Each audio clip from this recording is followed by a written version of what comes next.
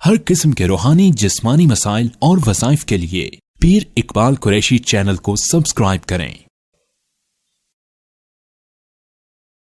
نحمده ونصلي ونسلم على رسوله الكريم اما بعد فاعوذ بالله من الشيطان الرجيم بسم الله الرحمن الرحيم حتى اذا فتحت يأجوج ومأجوج وهم من كل حدب ينسلون صدق اللہ العظیم۔ اگر بہت زیادہ بندش زندگی میں ہو چکی ہو اور انسان بندشوں کا شکار ہو تو اس آیت کریمہ کی برکت سے رکاوٹ اور بندش ہر قسم کی جڑ سے ختم ہو جاتی ہے۔ اب انسان یہ کہتا ہے کہ میرے پہ بڑی سخت بندش ہے۔ اب یہ بندش بعض لوگوں کا یہ نظریہ ہوتا ہے کہ اس کی کوئی حیثیت نہیں۔ بعض لوگ کہتے ہیں کہ اللہ رب العزت نے جب کھول دی ہے ہر چیز تو بند کوئی کیسے کر سکتا ہے؟ جیسے رزق بند کر دیا، صحت بند کر دی، کاروبار بند کر دیا، اولاد بند کر دی، کوئی بھی چیز کی بندش کر دی۔ تو یہ جملہ کہنے والا جو اس طرح لوگوں کو سمجھاتا ہے تو یہ غلط جملہ ہے۔ اللہ تعالیٰ نے تو ہر چیز کو کھول دیا زندگی کے لیے، لیکن انسان پھر اس کو بند کر سکتا ہے۔ یہ اللہ کا ایک آزمائش کا عمل ہے۔ جیسے اللہ نے دل کے وال تو کھولے ہوئے ہیں، لیکن ہم اپنی غلطیوں کی وجہ سے وال کی بلاکیج کرا لیتے ہیں، بند ہو جاتے ہیں، اور پھر اسی طرح شریانیں اور وریدیں، پھر ہماری جو ہے نا بلاکیج آتی ہے، پھر ہم اس کا ہارٹ اٹیک ہوتا ہے۔ تو بندش ہوتی ہے، خوراک سے بھی، عمل جادو سے بھی، بد پرہیزی سے بھی۔ اب پھر ڈاکٹر کے پاس جاتے ہیں، وہی بندہ جو کہتا ہے جی بندش نہیں ہوتی، اور وہ خود ڈاکٹر کے پاس ہارٹ انٹرنیشنل میں جا کے لیٹ جاتا ہے، جی میری بند شریانے کھولیں۔ اب وہ اس کی جو ہے نا پھر اس کے بعد کا سٹینٹ ڈل جاتے ہیں۔ تو اب اس سے کہا جائے آپ تو کہتے تھے بندش نہیں ہوتی، تو آپ کی بند کیسے ہوگی شریانے؟ تو وہ پھر اس پہ لاجواب ہو جائے گا۔ اب جگر کی بندش ہو جاتی ہے، اب گردوں کی ہو جاتی ہے۔ جب آپ ان چیزوں کو مانتے ہیں تو دنیاوی چیزوں میں بھی دیکھیے کہ سرکار دو عالم صلی اللہ علیہ وسلم پہ بھی جادو ہوا، اور کس طرح آپ کے دماغ کو جادو کا اثر پہنچا کہ آپ بھول جاتے تھے چیزیں۔ تو بندش ہوتی ہے، لیکن اس کا علاج قرآن پاک کے ذریعے ہوتا ہے، کسی اور چیز سے نہیں۔ اب آپ دیکھیے اس آیت میں بندش کا کیسے علاج ہے۔ اللہ تعالیٰ نے یہاں یاجوج اور ماجوج کا ذکر کیا۔ اب یاجوج اور ماجوج جو ہے وہ ایک اللہ کی مخلوق ہے، اور وہ جو ہے قیامت کی بڑی نشانیوں میں سے ہے۔ اب یہاں آپ دیکھیے کہ یاجوج اور ماجوج آزاد نہیں ہیں، بند ہیں۔ آپ انہیں کہیں کہ آزاد ہیں، ہم پھر رہے ہیں۔ ہمارے جتنے شکلوں والے ممالک کے لوگ ہیں، افریقن ہیں، چاہے امریکن ہیں، چاہے وہ فرینچ ہیں، چائنیز ہیں، عرب ہیں، ہمارے بر صغیر کے ہیں یا رشیا کے ہیں، وہ سارے آزاد پھر رہے ہیں، ہمیں بند نہیں کیا گیا۔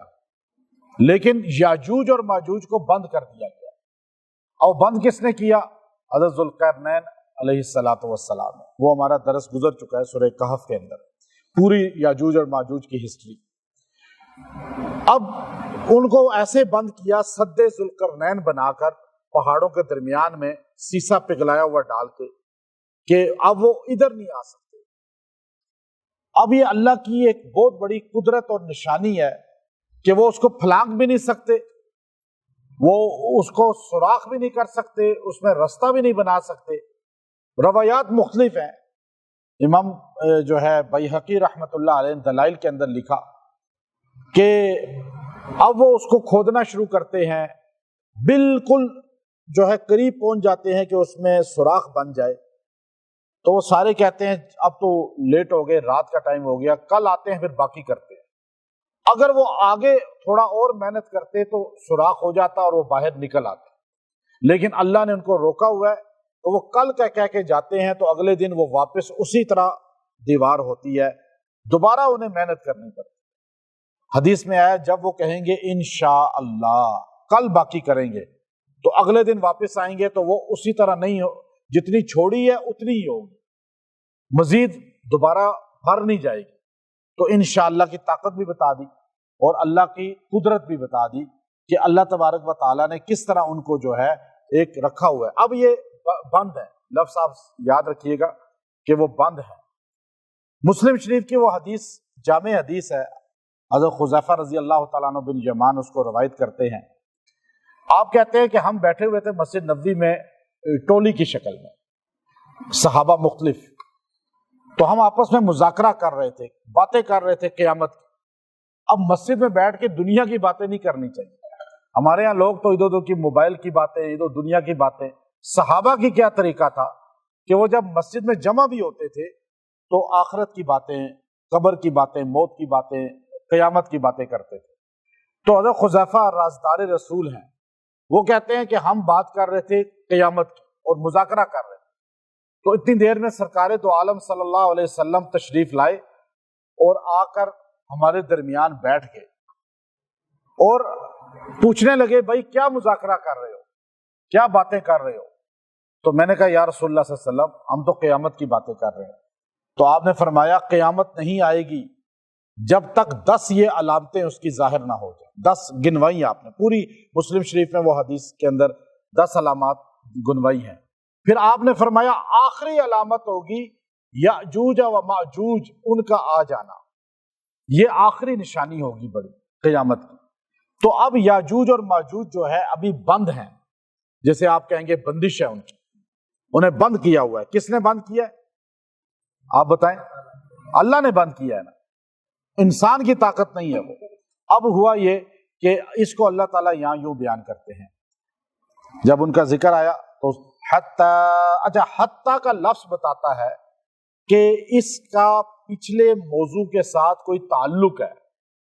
یہ جو ابھی اللہ بات کر رہے ہیں اس بات کا کوئی پچھلے موضوع کے ساتھ کوئی لنک ہے، یہ لفظ حتیٰ بتاتا ہے۔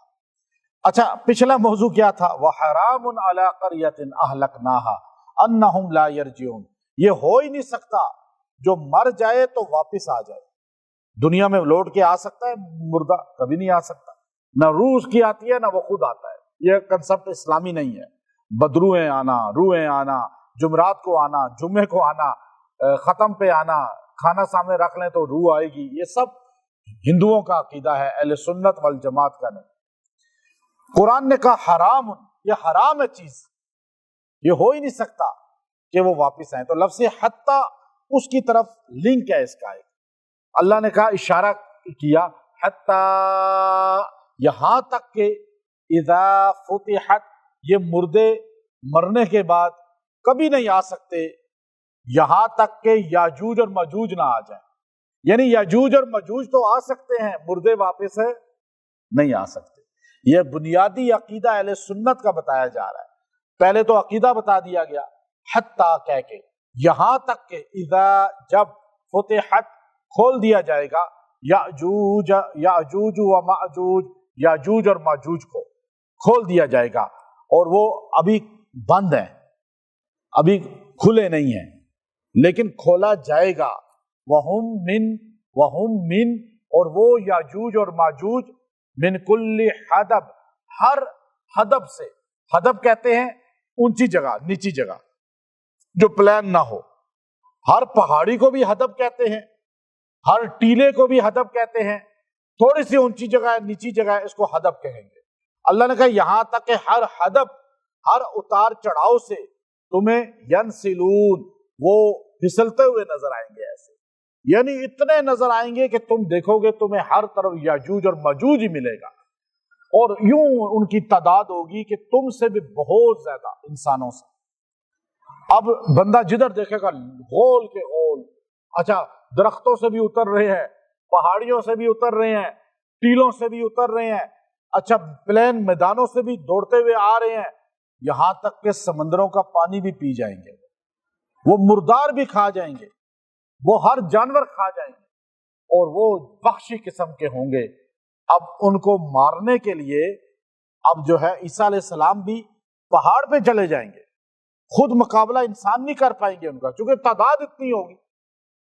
عیسیٰ علیہ السلام جبل زیتون پہ جائیں گے، بعض کا مختلف پہاڑوں کے نام آئے، اور وہاں کھڑے ہو کے دعا کریں گے، اللہ ایسی بیماری لگائے گا کہ دجال کو تو عیسیٰ علیہ السلام قتل کر دیں گے، امام مہدی آپ کے ساتھ ہوں گے، لیکن اس وقت اتنی تعداد ہوگی ان کی کہ انسانوں سے 10 گنا زیادہ، تو پھر وہ عیسیٰ علیہ السلام دعا کریں گے تو پھر اللہ بیماری مسلط کرے گا، ان کی یہاں بیماری آئے گی اور وہ گرتے جائیں گے، مرتے جائیں گے، یہاں تک کہ دنیا میں ہر جگہ یاجوج اور ماجوج کی لاشیں پڑی ہوں۔